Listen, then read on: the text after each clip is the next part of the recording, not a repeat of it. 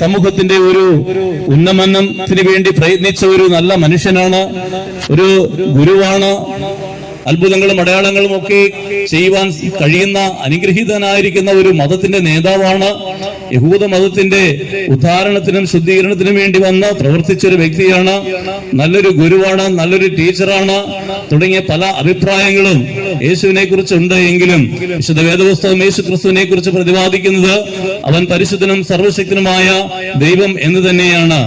പ്രിയപ്പെട്ടവരെ, മനുഷ്യൻ പലപ്പോഴും ചിന്തിക്കാറുണ്ട്, എന്നെ എന്തിനാണ് ദൈവം സൃഷ്ടിച്ചത്? ഞാൻ രോഗിയെ തീരുവാനാണോ? ഞാൻ നിരാശപ്പെട്ട് കഴിയുവാനാണോ?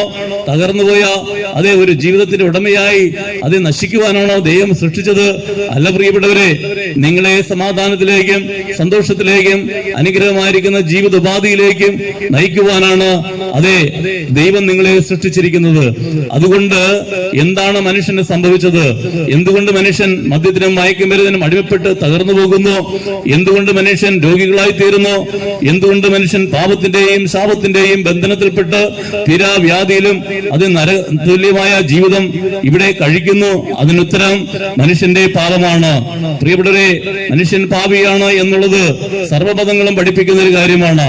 പാപം ചെയ്യുന്ന മനുഷ്യൻ മരിക്കുമെന്ന് വിശുദ്ധ വേദപുസ്തകം പഠിപ്പിക്കുന്നു.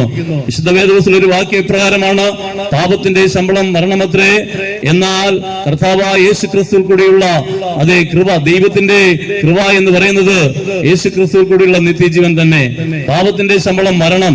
ഈ മരണം എന്ന് പറയുന്നത് സ്വാഭാവികമായിരിക്കുന്ന ഒരു ശാരീരിക മരണം മാത്രമല്ല, പകരം നിത്യമായ നരകത്തിലേക്ക് പോകുക എന്നുള്ളതും കൂടിയാണ്. പാപത്തിന്റെ ശമ്പളം നരകശിക്ഷയാണ്. പ്രിയപ്പെട്ടവരെ, ആ നരകത്തിന്റെ അതേ ആ കെടാത്ത തീയുടെയും അതേ ഉഗ്രമായിരിക്കുന്ന ചൂടിന്റെയും അവസ്ഥയിൽ നിന്ന് ആത്മാക്കൾക്ക് രക്ഷയും മോചനവും നൽകുവാൻ പരിശുദ്ധ ദൈവം അതേ ആഗ്രഹിക്കുന്നു. അത് മാത്രമല്ല, നാം ഈ ലോകത്തിലായിരിക്കുമ്പോൾ സമാധാനത്തോടും സന്തോഷത്തോടും ദൈവികമായിരിക്കുന്ന സംസർഗത്തിലും ജീവിക്കുവാൻ മനുഷ്യനെ കുറിച്ച് ദൈവം ആഗ്രഹിക്കുന്നു. അതിനുവേണ്ടി മാനവജാതിയുടെ രക്ഷയ്ക്ക് വേണ്ടി പരിശുദ്ധനായ ദൈവം തന്നെ അതേ തീരുമാനിച്ച ഒരു പദ്ധതിയാണ് കർത്താവായ യേശു ക്രിസ്തു എന്ന് പറയുന്നത്. യേശു ആര് എന്നുള്ളതിനെ കുറിച്ച് അതേ അപ്പോസ്തലനായ യോഹന്നാൻ പറഞ്ഞിട്ടുണ്ട്. അതിപ്രകാരമാണ്: ആദിയിൽ ദൈവം ഉണ്ടായിരുന്നു, ആദിയിൽ വചനമുണ്ടായിരുന്നു, വചനം ദൈവമായിരുന്നു. ആ അധ്യായത്തിന്റെ 14-ാമത്തെ വാക്യത്തിൽ വായിക്കുമ്പോൾ ഇങ്ങനെ കാണുന്നു: ഈ വചനം ജഡമായി തീർന്നു, കൃപയും സത്യവും നിറഞ്ഞവനായി നമ്മുടെ ഇടയിൽ പാർത്തു. അവന്റെ തേജസ്സിനെ ഞങ്ങൾ പിതാവിൽ നിന്ന് ഏകജാതനായവന്റെ തേജസ്സായി കണ്ടു. അതേ പ്രിയപ്പെട്ടവരെ, യേശുവിനെ കുറിച്ച് യേശുവിന്റെ തിരുമാറോട് ചാരിയിരുന്ന യോഹന്നാൻ എന്ന് പറയുന്ന അപ്പോസ്തലൻ രേഖപ്പെടുത്തിയിരിക്കുന്ന ഇപ്രകാരമാണ്: ആദിയിൽ വചനമുണ്ടായിരുന്നു, വചനം ദൈവമായിരുന്നു. അതേ സകലത്തെയും സൃഷ്ടിച്ച പരിശുദ്ധനായ ദൈവം, സകലത്തിന്റെ ഉടമസ്ഥനായ ദൈവം തമ്പുരാൻ, വചനമായിരുന്ന ദൈവം അതേ ഒരു മനുഷ്യനായി ജഡമായി ലോകത്തിലേക്ക് വന്നു. അവനാണ് കർത്താവായ യേശു ക്രിസ്തു. കാലസമ്പൂർണതയിൽ സ്ത്രീയുടെ സന്തതിയായി യേശു ക്രിസ്തു ലോകത്തിലേക്ക് വന്നു എന്ന് വിശുദ്ധ വേദപുസ്തകം വളരെ ശക്തമായി പഠിപ്പിക്കുന്നു. അതേ പ്രിയപ്പെട്ടവരെ, യേശുവിനെ കുറിച്ച് അപ്പോസ്തലനായ പൗലോസ് രേഖപ്പെടുത്തിയിരിക്കുന്ന ഇപ്രകാരമാണ്: അവൻ ദൈവരൂപത്തിലിരിക്കെ ദൈവത്തോടുള്ള സമത്വം മുറുകെ പിടിച്ചുകൊള്ളണം എന്ന് വിചാരിക്കാതെ ഒരു ദാസന്റെ രൂപമെടുത്തു വേഷത്തിൽ മനുഷ്യനായി ലോകത്തിലേക്ക് അവൻ ഇറങ്ങി വരുവാൻ ഇടയായി തീർന്നു. അതേ പ്രിയപ്പെട്ടവരെ, വിശുദ്ധ വേദപുസ്തകത്തിൽ യേശു ക്രിസ്തു പരിശുദ്ധ ദൈവമെന്നും സകലത്തിന്റെ ഉടമസ്ഥനെന്നും സകലത്തിന്റെ സൃഷ്ടിതാവെന്നും സൂചിപ്പിക്കുന്ന അനേക അതേ വചനങ്ങളും വാക്യങ്ങളും വിശുദ്ധ വേദപുസ്തകം കൂടി നമുക്ക് ഗ്രഹിക്കുവാനായിട്ട് സാധിക്കും. അതുകൊണ്ട് വിശുദ്ധ വേദപുസ്തകം വളരെ ശക്തമായി പഠിപ്പിക്കുന്നു: യേശു ക്രിസ്തു ആരാണ്? അവൻ പരിശുദ്ധനും സർവശക്തനുമായ ദൈവം തന്നെയാണ്. ദൈവത്തെ കുറിച്ച് ദൈവം ആരാണ്, എങ്ങനെയുള്ളവനാണ് എന്ന് ആളുകൾക്ക് പല സംശയങ്ങളും നിലവിലുണ്ട്. എന്നാൽ വിശുദ്ധ ബൈബിൾ പഠിപ്പിക്കുന്നു: ദൈവം ആരാണ്? ദൈവം ആത്മസ്വരൂപിയാണ്, അടുത്തുകൂടാത്ത വെളിച്ചത്തിൽ വസിക്കുന്നവനാണ്, കൂടാകൂടി സൂര്യന്റെ പ്രഭയുള്ളവനാണ്. അവൻ സർവശക്തനും സർവ്വവ്യാപിയും സർവജ്ഞാനിയുമാണ്. അങ്ങനെ ആത്മസ്വരൂപിയായ കൂടാകൂടി സൂര്യന്റെ പ്രഭയുള്ള ശക്തനായ പരിശുദ്ധനായ ദൈവം തമ്പുരാൻ, ആത്മസ്വരൂപിയായി ദൈവം തമ്പുരാൻ കാലസമ്പൂർണതയിൽ സ്ത്രീയുടെ സന്തതിയായി ജഡമായി ഈ ഭൂമിയിൽ ജനിച്ചു. അവനാണ് ആരാണ്? കർത്താവായ യേശു ക്രിസ്തു. യേശു ക്രിസ്തുവിന്റെ ജനനത്തെ കുറിച്ച് പഠിച്ചാൽ യേശു ക്രിസ്തു ഒരു പുരുഷന്റെ ഇഷ്ടത്താൽ ജനിച്ചവനല്ല.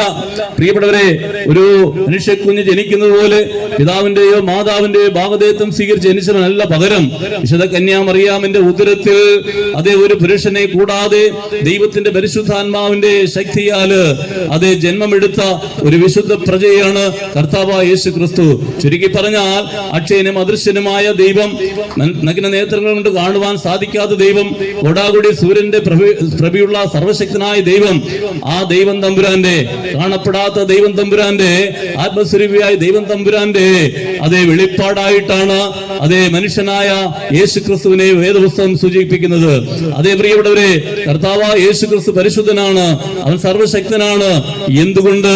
ആത്മസ്വരൂപിയും അക്ഷയനും അദൃശ്യനും സർവശക്തനും സർവവ്യാപിയും സർവജ്ഞാനിയും അതേ അരൂപിയുമായിരിക്കും ദൈവം ഒരു മനുഷ്യന്റെ വേഷത്തിൽ, മനുഷ്യന്റെ ജഡത്തിൽ ലോകത്തിൽ വെളിപ്പെട്ടു. അതിനുള്ള ഉത്തരമാണ് ഞാനിപ്പോൾ നിങ്ങളോട് പറഞ്ഞുകൊണ്ടിരിക്കുന്നത്.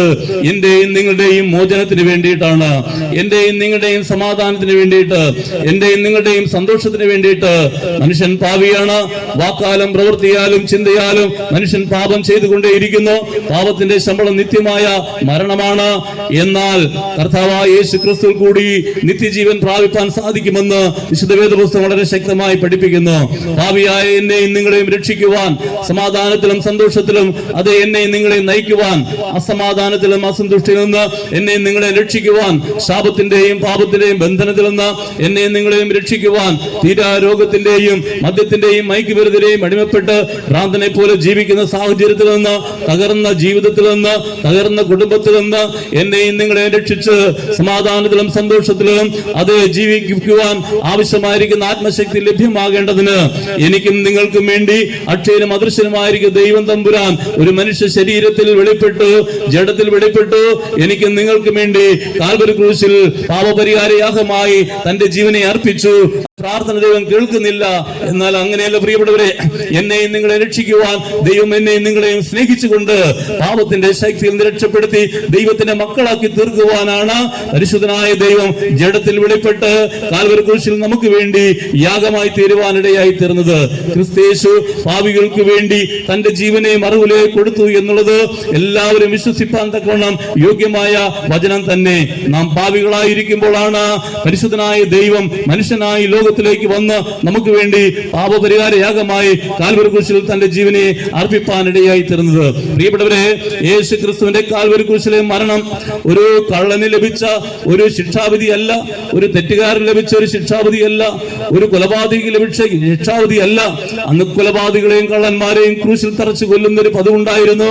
എന്നാൽ യേശു ക്രിസ്തുവിനെ ഒരു കള്ളനെ പോലെ, ഒരു തെറ്റുകാരനെ പോലെ, ഒരു കൊലപാതകിയെ പോലെ ക്രൂശിച്ചു കൊല്ലുവാൻ അതേ യഹൂദന്മാര് പീലാത്തോസിന്റെ കരത്തിൽ ഏൽപ്പിച്ചപ്പോൾ പീലാത്തോസ് യേശുവിനെ വിസ്തരിച്ചിട്ട് ഇപ്രകാരം പറഞ്ഞത്, അയ്യോ, ഈ നീതിമാന്റെ രക്തത്തിൽ എനിക്ക് പങ്കില്ല എന്ന് പറഞ്ഞ് യേശുവിനെ അവരുടെ കയ്യിൽ ഏൽപ്പിച്ചു കൊടുക്കുവാനായിട്ട് ഇടയായി തീർന്നു.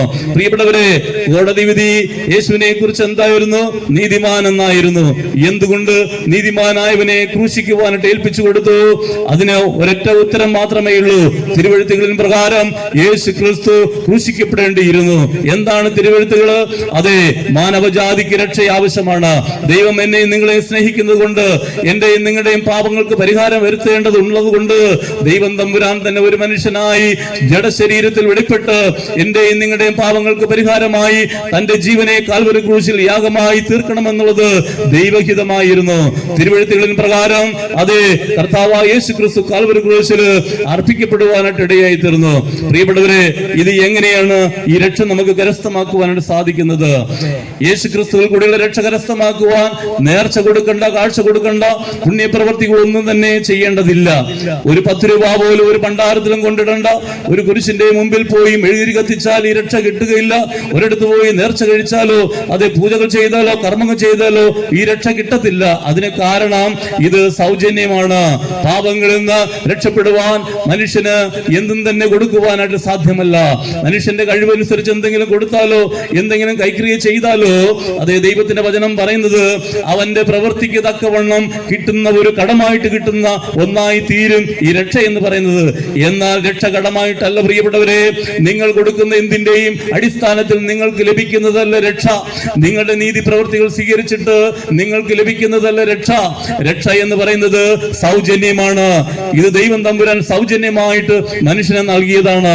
ഈ ആത്മരക്ഷ പ്രാപിപ്പാൻ, ഈ സന്തോഷം പ്രാപിപ്പാൻ, ഈ അനുഗ്രഹം പ്രാപിപ്പാൻ ഒരിടത്ത് പോയും ഒരു മെഴുകുതിരിയും കത്തിക്കേണ്ട, ഒരു കുരിശിന്റെ മുമ്പിൽ പോയി 10 രൂപ ഇട്ടാൽ ഈ രക്ഷ കിട്ടത്തില്ല. വിശുദ്ധ വേദപുസ്തകം പറയുന്നു ഇത് വിശ്വാസത്താൽ മാത്രം പ്രാപിപ്പാനായിട്ടുള്ളതാണ്, വിശ്വാസത്താൽ മാത്രം ലഭിക്കുന്നതാണ് ആത്മരക്ഷ എന്ന് പറയുന്നത്. അതേ പ്രിയപ്പെട്ടവരെ, ദൈവത്തിന്റെ വചനം പറയുന്നു യേശുവിനെ കർത്താവെന്ന് വായി കൊണ്ട് ഏറ്റുപറയുകയും ദൈവം അവനെ മരിച്ചവരുടെ ഇടയിൽ നിന്ന് ഉയർത്തെഴുന്നേൽപ്പിച്ചു എന്ന് ഹൃദയം കൊണ്ട് വിശ്വസിക്കുകയും ചെയ്താൽ നീ രക്ഷിക്കപ്പെടും. ഒറ്റ വ്യവസ്ഥ മാത്രം, യേശുവിനെ കർത്താവെന്ന് വായി കൊണ്ട് ഏറ്റുപറയുക. ദൈവം അവനെ എനിക്ക് വേണ്ടി അതേ കാൽവരിയിൽ അതേ യാഗമാക്കി തീർത്തു. യേശു ക്രിസ്തു മരിച്ചു, ദൈവം അവനെ ഉയർത്തെഴുന്നേൽപ്പിച്ചു, 3-ാം നാൾ ഉയർത്തെഴുന്നേൽപ്പിച്ചു എന്ന് വിശ്വസിക്കുമ്പോൾ മാത്രം കിട്ടുന്ന ഒരു രക്ഷയാണ് ഈ ആത്മരക്ഷ എന്ന് പറയുന്നത്. പ്രിയപ്പെട്ടവരെ, ഇത് ആർക്കാണ് ലഭിക്കുന്നത്? ഇത് ആർക്കും ലഭിക്കും. മനുഷ്യന് അതേ മതങ്ങളായിട്ടും അതേ ജാതികളായിട്ടും കറുത്തവൻ വെളുത്തവനായിട്ടും അതേ വ്യത്യസ്തമായിട്ട് ഇവിടെ ചിത്രീകരിക്കുമ്പോൾ ദൈവം തമ്പുരാൻ